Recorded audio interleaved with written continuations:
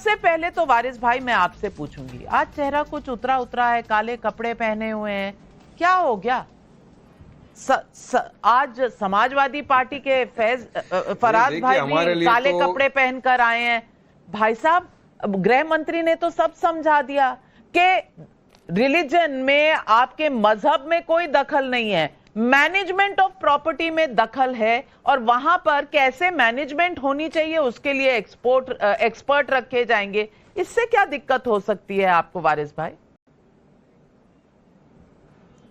झूठ बोलते हैं। बीजेपी की कथनी और करनी में जमीन आसमान का फर्क है। लोग झूठ और भरम फैला रहे हैं। इनका नीयत में खोटे, इनके निशानी टारगेट है हमारे वक्फ की जमीन पे। इनको हमारी वक्फ की जमीन हथियाना है, उसको यूसरअप करना है। इनको कोई वक्फ बचाने के लिए नहीं कर रहे। ये सब बिल ये काला कानून है, ये वायलेशन है पूरा संविधान का, ये वायलेशन है आर्टिकल 14, 25, 26 का। हमारे पर्सनल अफेयर के अंदर बीजेपी को क्यों मदाखिलत करना है? और बीजेपी को कब से मुसलमानों की इतनी फिक्र होने लग गई? कब से? ये तो आज आजादी से लेकर अब तक पहली मर्तबा ये देखा जा रहा है कि कोई कैबिनेट का मुसलमान मिनिस्टर नहीं है। आज कितने बीजेपी ने एमएलए को टिकट दे दिया चुनाव लड़ने के लिए, कितने एमपी को टिकट दे दिया चुनाव लड़ने के लिए। अरे आप पॉलिटिकल एम्पावरमेंट नहीं करेंगे तो कौन आगे कैसा बढ़ेगी? वो उनको नहीं सोचता। अरे देना है तो मुसलमान बेटियों को डिमांड ड्रिवन स्कॉलरशिप दीजिए, नहीं देते। और मुसलमानों से तो नफरत ही नफरत है इनको। ये जो कानून भी ला रहे तो मुसलमानों को परेशान करने के लिए लाया जा रहा है ना। ये तो नफरत का एक मुजाहरा है। सबका साथ सबका विकास तो सिर्फ एक जुमला है। अब ये कानून ला के अभी आप कलेक्टर को भी पावर देंगे। अमित शाह ने सब कलेक्टर के हाथ में। अरे कलेक्टर तो गवर्नमेंट अपॉइंटेड है, आपके अंडर का आदमी है। वो आपके खिलाफ कोई रिपोर्ट देगा क्या? वो तो बोलेगा नहीं प्रॉपर्ली डिस्प्यूटेड है, वो कलेक्टर ले लेगा उसको। अब उसके बाद में इसके अंदर जो लिमिटेशन का था वो तो हमारे यहाँ पे नहीं है। वो वक्फ बाय यूजर का क्या करेंगे आप? उसको भी लोग वो कर डालेंगे। तो ये सारी जो सोची समझी साजिश है ना बीजेपी की कि वक्फ की जमीन को हमको किसी भी तरह कंट्रोल करना ही है। अब भू माफिया अगर बैठा है वहां पर तो 11 साल से तो आप सरकार में हो, 11 साल से आपने क्यों भू माफिया को नहीं हटाया? आपको तो अथॉरिटी थी, अगर कुछ इलीगल कहीं पे घुसता आप उसको निकाल सकते हो। तीसरी बात, वक्फ ट्रिब्यूनल का जो लोग भरम फैला रहे थे कि कोर्ट में मैटर नहीं जा सकता। अरे वक्फ ट्रिब्यूनल के ऑर्डर के अगेंस्ट में आप हाई कोर्ट के अंदर रिवीजन फाइल कर सकते हैं। वो आज देख रहे। अब चौथी बात ये सबसे इंपॉर्टेंट, वो लोगों के चेहरे आज बेनकाब हो जाएंगे, वो 4 जन के जो बीजेपी के समर्थन में है। अगर उन्होंने समर्थन आज दिया ये वक्फ अमेंडमेंट बिल को, तो भारतीय मुसलमान कभी उनको माफ नहीं करेगा। वो है चिराग पासवान है, जयंत चौधरी है, चंद्रबाबू नायडू है, नीतीश कुमार है। ये लोग अगर इस बिल का समर्थन करते हैं, बिल पास होता है। देखिए इन्होंने समर्थन दिया है। अब वोटिंग क्या होती है आपको मेरे को नहीं पता, कौन एब्सेंट होता है कौन जाता है आपको हमको नहीं पता। लेकिन अगर इन्होंने किया एक ऐसा कानून का, देखिए वक्फ की जो जमीन है अल्लाह की वारिस भाई कब कितना धमकाएंगे, कितना डराएंगे? अब मुसलमान भाई डर नहीं रहे तो अब आप नीतीश कुमार और चंद्रबाबू नायडू को डराने में उतर गए हैं। क्या कर रहे हैं? और पूरा सुनकर आते हैं, अमित शाह जी ने हर चीज का जवाब दिया है। मैं तो आपको बता दूं, भू माफिया की आप बात कर रहे हैं तो उन्होंने अपने स्पीच में ये कहा कि 1 सेंचुरी में, यानी 1913 से लेकर 2013 तक 18 लाख हेक्टेयर वक्फ की जमीन थी। पिछले 12 सालों में ये 21 लाख एकड़ और चली गई। ये भू माफिया नहीं है तो क्या है शहजाद पूनावाला? देखिए, सबसे पहले तो जिनकी काली मानसिकता और काली मंशा है उन्होंने काले कपड़े धारण किए हुए हैं। मैंने भी पहना है पर मैं गुलाबी दिखा देती हूं। किसी के मन में काली मंशा है, वो काली मंशा कपड़ों के माध्यम से बाहर आ रही है। दूसरी बात देखिए, वैसे तो हमारे कृष्ण जी भी श्याम रंग के हैं, पर मंशा किसकी काली है वो समझ में आ रहा है। वो श्याम जी की जमीन को भी हड़पना चाहते हैं वक्फ के माध्यम से। एनीवेज वो छोड़ देते। करनी और कथनी में अंतर क्या है? याद है 1 साल पहले यही वारिस पठान, सीएए आएगा, नाविका नागरिकता छिन जाएगी, एक की नागरिकता छिनी क्या?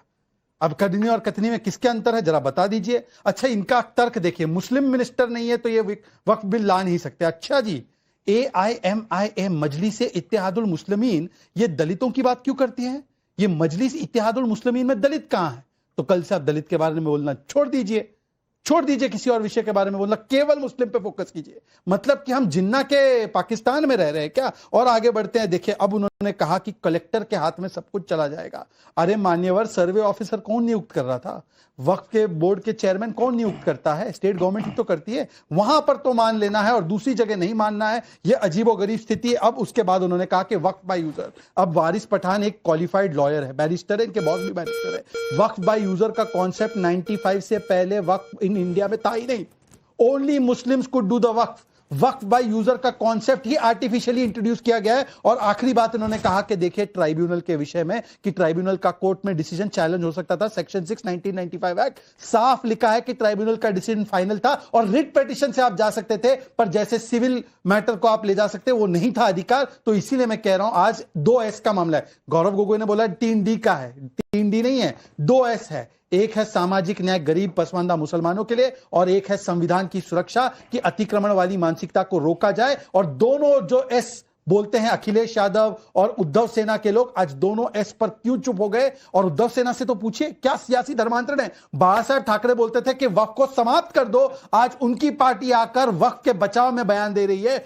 यह है सियासी धर्मांतरण। 370 पर धोखा, राम मंदिर पर धोखा, हिंदुत्व पर धोखा। धर्मांतरण हो गया है या हृदयांतरण हो गया है? क्या हो गया है? राहुल अंतरण हो गया है, राहुल अंतरण।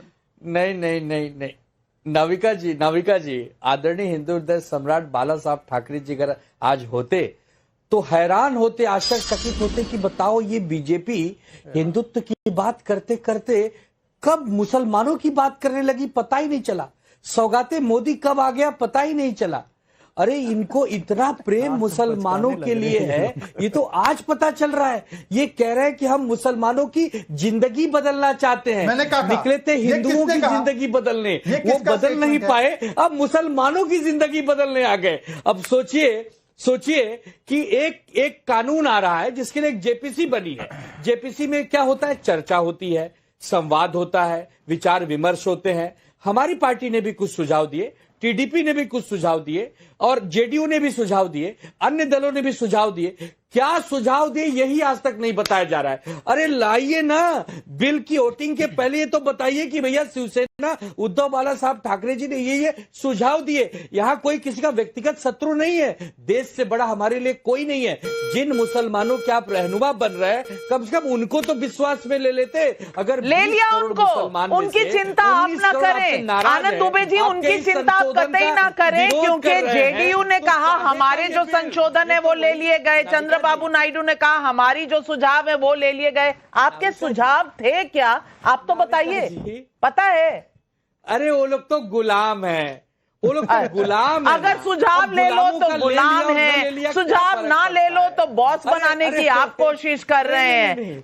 कमाल कर रहे हैं आप आनंद दुबे जी। चित भी मेरी पट भी मेरी तो नहीं हो सकती।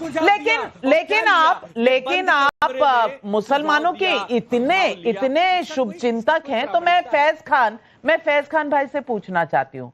फैज खान भाई, आपके सारे हक छिन जाएंगे, अब आपका धर्म जो है वो नापाक हो जाएगा, क्योंकि अब बाहर गैर मुसलमान आ जाएंगे बोर्ड में। अब ये जो भूमाफिया है, ये इल्जाम लगाया गया है, सब कुछ बहुत गलत है, मुसलमानों के साथ बहुत गलत हो रहा है। आप क्या कहेंगे? बिस्मिल्लाहिर्रहमानिर्रहीम, रब्बिश रहली सदरी व यस्सिरली अमरी वहलुल उक़दतन मिन लिसानी यफ़क़हू क़ौली। भारत माता की जय, वंदे मातरम। दीदी, मैं आपको बताऊं कि इस्लाम में एक गम का त्यौहार होता है मुहर्रम। उस समय बहुत सारे भाई काले कपड़े भी पहनते हैं, लेकिन मैंने आज इमरान प्रतापगढ़ी को भी देखा और ये यहाँ दो लोगों को और देखा जिनकी नियत क्या है ये समझिए। हदीस कहता है कि अमल का दारोमदार नियत पर है, आपकी पाक नियत है। लेकिन इन लोगों की क्या नियत है मैं आपको बताता हूं। कुछ लोग तो बस अपना ही दुखड़ा सुनाते हैं, ईद हो या दिवाली, मुहर्रम मनाते हैं, पर दुनिया तो उसी की रागनी पे झूमती है जो जलती चिता पर बैठकर वीणा बजाते हैं। और आज जलती चिता पर बैठकर वीणा बजाई किरण रिजिजू जी ने, जिन्होंने कहा बौद्ध होने के कारण मुझे रोका जाता है कि तुम मुसलमानों के हक में क्यों फैसला लोगे, लेकिन उन्होंने स्पष्ट कर दिया कि मैं अपने मुस्लिम भाइयों का अधिकार उनको दिलवा कर रहूंगा, बहनों का अधिकार दिलवा कर रहूंगा। और आदरणीय अमित शाह जी, सैल्यूट है बॉस, सैल्यूट है, दिल से कह रहा हूं दीदी। क्या अकॉर्डिंग टू इस्लाम बात कही है, क्या अकॉर्डिंग टू संविधान बात कही है। अकॉर्डिंग टू इस्लाम देखिए, वक्फ में कोई भी गैर मुस्लिम नहीं आ सकता।